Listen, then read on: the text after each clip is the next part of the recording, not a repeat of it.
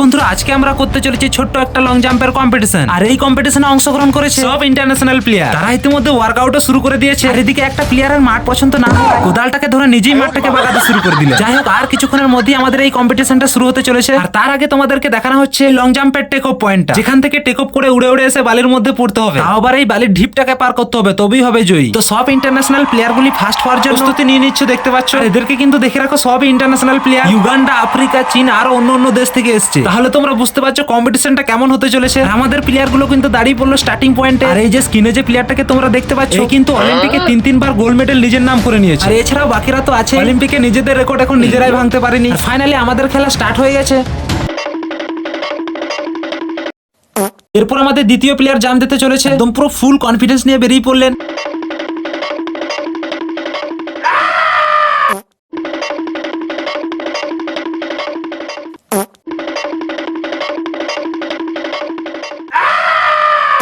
আর এখন ইউগান্ডার player ready হচ্ছে।